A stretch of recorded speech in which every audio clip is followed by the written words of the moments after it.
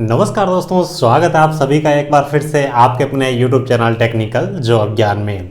दोस्तों कैसे हो आप सब लोग। उम्मीद करता हूँ कि आप सब अच्छे होंगे। आप सबकी पढ़ाई बहुत ही शानदार चल रही होगी। डिप्लोमा वाले बच्चे जो 12 की तैयारी कर रहे हैं उनकी तरफ से 2-3 कमेंट कॉमनली आ रहे थे और मेरे को लगा कि वास्तव में ये बच्चों के सामने तैयारी करने के लिए एक बहुत बड़ा इश्यू है। खास तौर से भारत ने, जैसे कि आपको पता ही होगा, डिप्लोमा के लिए यानी कि स्टाइपेंड ट्रेनिंग कैटेगरी 1 के लिए सिलेबस जारी नहीं किया। अब तैयारी करें तो सर कौन से टॉपिक तैयार करें, हमारे को बताइए।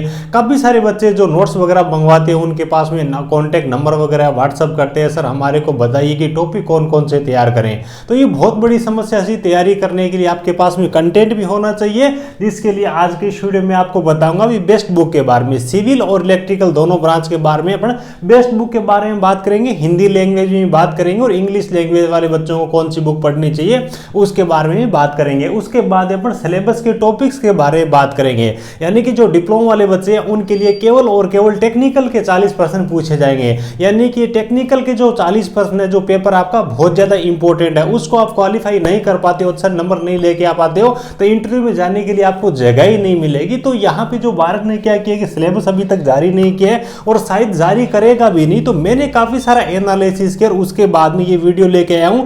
तो लगभग मतलब मान के चलिए 80-90% जो सिलेबस है, जो टॉपिक्स है, वो मैं आपको बता दूंगा और वही आप तैयार कर लीजिएगा।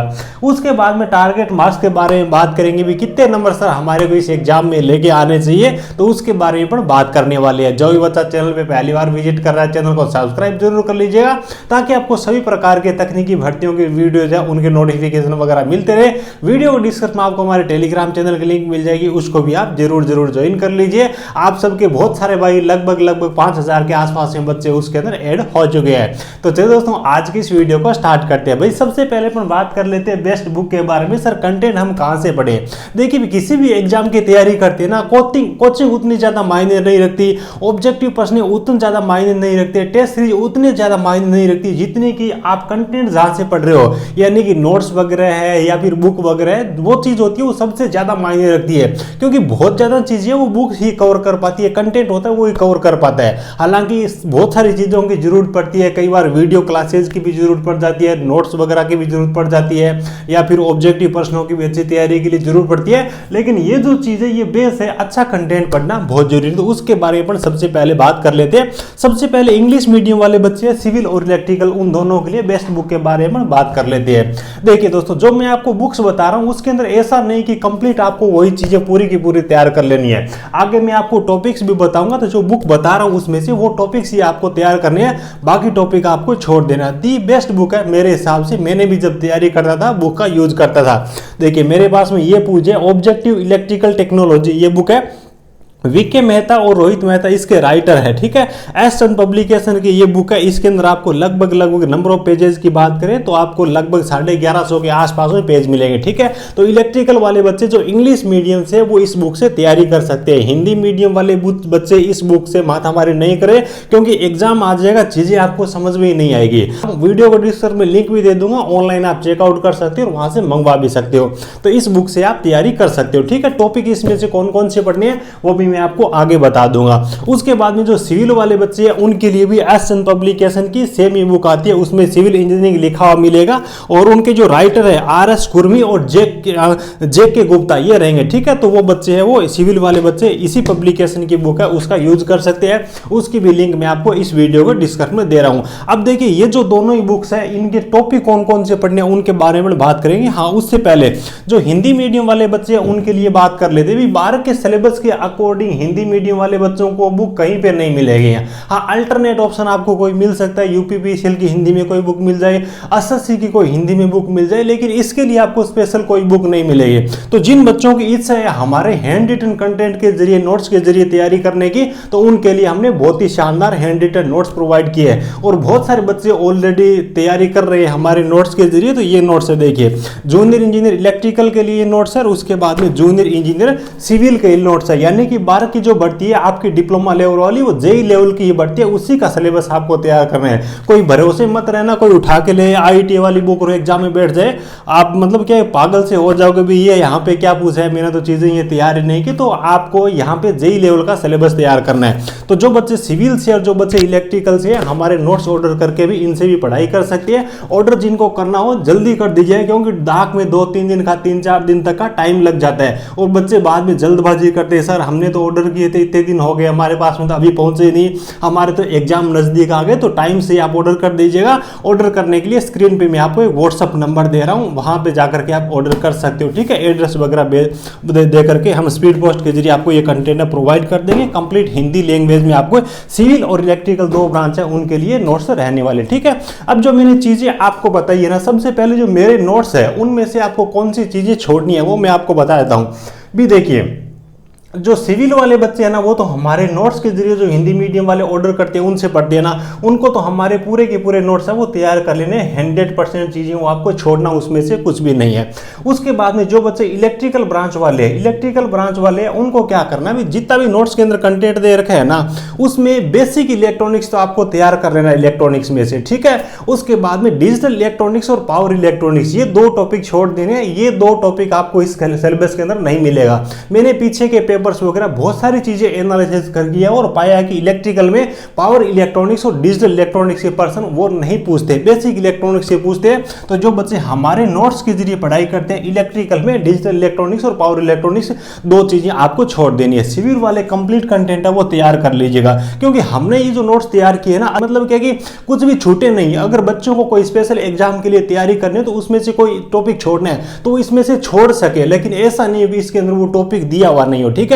इसलिए हमने कंप्लीट इसके अंदर कंटेंट दिया है। उसके बाद देखिए, मैं जो बच्चे बुक से पढ़ाई करेंगे ना उनके लिए टॉपिक्स बता देता हूं, ठीक है। इन बुक्स के अंदर काफी सारे आपको टॉपिक्स मिलेंगे, लेकिन सारे आपको तैयार नहीं करने हैं, ठीक है। मैंने एनालिसिस किया, 12 जहां से पर्सन पूछता है वो टॉपिक मैं आपको बता रहा हूं। जो भी बच्चे जहां कहीं से भी पढ़ते हैं, जो भी बुक से पढ़ाई कर रहे हैं, ये टॉपिक मैं आपको बता रहा हूं। मान के चलिए 80% 90% तक जो आपका टेक्निकल का सिलेबस है यहीं से रहेगा। कोई इक्का दुक्का 2-3% अगर बाहर से आ जाए तो वो एक अलग चीज है, क्योंकि ऑफिशियल सिलेबस तो इन्होंने जारी नहीं किया है। तो सबके सामने ये प्रॉब्लम तो आ रही है और इसी प्रॉब्लम को देखते हुए मैंने काफी सारी मेहनत की, काफी सारा टाइम लगाया, काफी सारा एनालिसिस किया, ताकि आप परेशान नहीं हो, आपका टाइम पढ़ाई के टाइम पे वेस्ट नहीं हो उन सब चीजों को ढूंढने में। अब देखिए, सबसे पहले 12 डिप्लोमा वाले बच्चे हैं इलेक्ट्रिकल ब्रांच वाले, उनके लिए सिलेबस मैं आपको बता रहा हूं। वैसे हमारा जो टेलीग्राम चैनल है वहां पे मैंने सिविल और इलेक्ट्रिकल दोनों के ये जो पेज है इनकी फोटो में भेज दूंगा। फिर भी जो बच्चे टेलीग्राम चैनल पे नहीं है उनके लिए मैं बता देता हूं। देखिए, इलेक्ट्रिकल में बेसिक इलेक्ट्रिकल आपको तैयार करना है। मैग्नेटिक सर्किट यानी मैग्नेट से संबंधित जितने भी चैप्टर वो आपको तैयार करने हैं।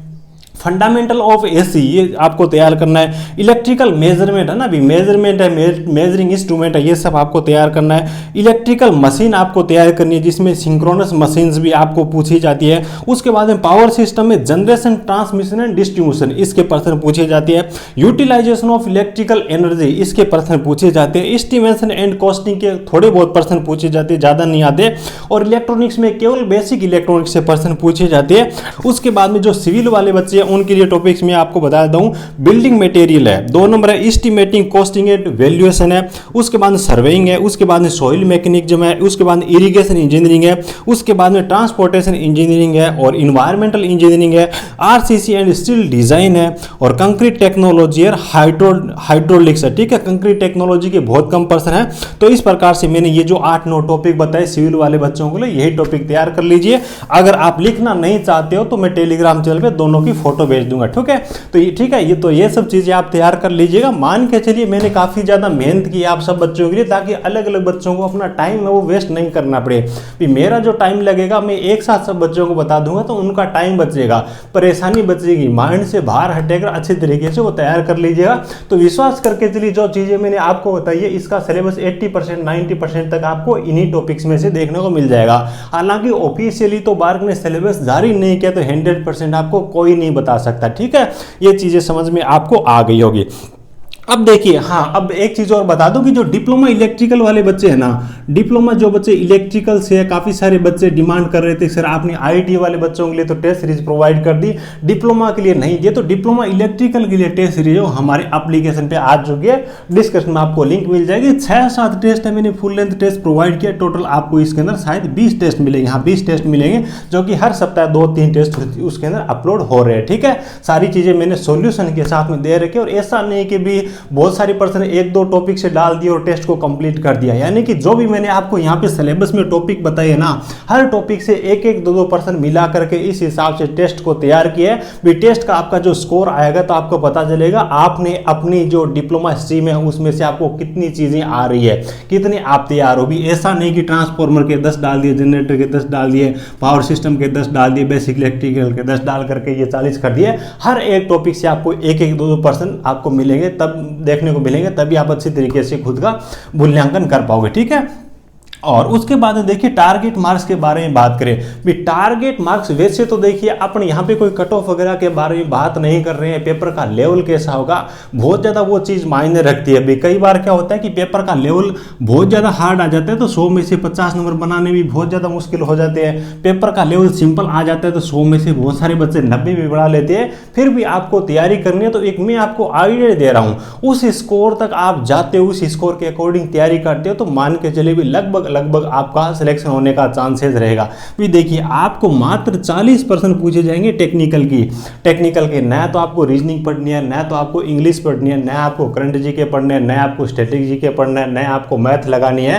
ठीक है, केवल और केवल टेक्निकल के पर्सन पूछे जाएंगे। और आपके जो छोटे भाई आईटी वाले बच्चे हैं उनके लिए नॉन टेक्निकल में भी 3 सब्जेक्ट रखे और उसके बाद में टेक्निकल भी रखा हुआ है। तो आपके लिए तो बीआरसी में अच्छी चीज़ है, केवल और केवल आपकी ब्रांच से संबंधित टेक्निकल ही पढ़ना पड़ेगा। तो जी जान लगा करके अच्छे तरीके से तैयार कर लीजिए, यानी कि इस प्रकार की जिंदगी जिसमें आप अपनी तमन्नाओं को ही पूरा नहीं कर सको, अपनी तमन्ना के अकॉर्डिंग भी उसको जी नहीं सको, तो वो तो एक तरीके से झेलनी है, दिन काटना है। तो आपको थोड़े टाइम के लिए मेहनत करनी होगी, हो सकता है इसमें आपको नौकरी मिल जाए और आप अपनी तमन्नाओं के अकॉर्डिंग आगे की जो लाइफ है वो जी सको, और आपके माता पिता है उनका भी गर्व से सीना वो चौड़ा हो जाएगा, हमारा बच्चा है वो बारक के अंदर जई लगा हुआ है ना। तो थोड़े से टाइम आपको मेहनत करनी पड़ेगी, आपकी जिंदगी बन जाएगी। 40 नंबर है ना, मान के चलिए मेरा आइडिया ये कहता है कि पेपर आपका कैसा भी आए, 35 से अगर आपका स्कोर उसके अंदर 34 नहीं होता है ना, तो मान के चलिए कि लगभग आपके सिलेक्शन के चांसेस रहेंगे। ठीक है, बाकी तो जब भी एग्जाम होगा और उसके बाद कट ऑफ वगैरह आएगी ऑफिशियली तभी अपने को पता चलेगा। लेकिन तैयारी करने के लिए जो भी बच्चे हमारी टेस्ट सीरीज के अंदर रेड है या फिर किसी दूसरे की टेस्ट सीरीज के अंदर रेड है, 35 के आसपास में नंबर आप लेके आ रहे हो तो इसका मतलब ये कि आपकी तैयारी बहुत ही सॉलिड है। हाँ, टेस्ट सीरीज अच्छी है जिसमें हर एक टॉपिक से पर्सन डाले हुए हैं, वहीं से ये नंबर लेके आओगे तभी आपको थोड़ा सा मूल्यांकन होगा। बाकी 3-4 सब्जेक्ट से ही अगर आपके 40% किसी टेस्ट सीरीज में दिए हुए हैं तो उस चीज़ का कोई मतलब नहीं है। ठीक है, तो उम्मीद है कि सब चीज़ें आपको अच्छी तरीके से समझ में आ गई होगी। कंटेंट आपको कहाँ से पढ़ना है, बेस्ट चीज़ें मैंने आपको बताई है। टॉपिक जितनी मैं मेहनत कर सकता था, जितना मैं एनालिसिस कर सकता था, उसके बाद में चीज़ें मैंने आपको बताई है। ठीक है, और टारगेट मार्क्स आप लगभग 35 नंबर मान के चलिए, इससे ऊपर ही आपको लेके आने। 35 से आपके नंबर है वो 34 नहीं आने चाहिए। मैं तो ये कहता हूँ अगर ये आप कर पाते हो तो आपका सिलेक्शन मेरे हिसाब से कोई रोकने वाला नहीं है बारक में, क्योंकि वैकेंसी भी बहुत अच्छी है। ठीक है, तो उम्मीद है कि सब चीज़ों के बारे में आपको अच्छी तरीके से जानकारी मिल गई होगी। वीडियो अच्छा लगा हो तो एक प्यारा सा लाइक करना। वीडियो को डिस्क्रिप्शन में आपको हमारे टेलीग्राम चैनल की लिंक मिलेगी, अगर आपने अभी तक ज्वाइन नहीं किया तो जरूर ज्वाइन कर लीजिए। बहुत सारे बच्चे उसके अंदर ऑलरेडी ऐड हो चुके हैं, आप भी ऐड हो जाइएगा। Thank you, best of luck.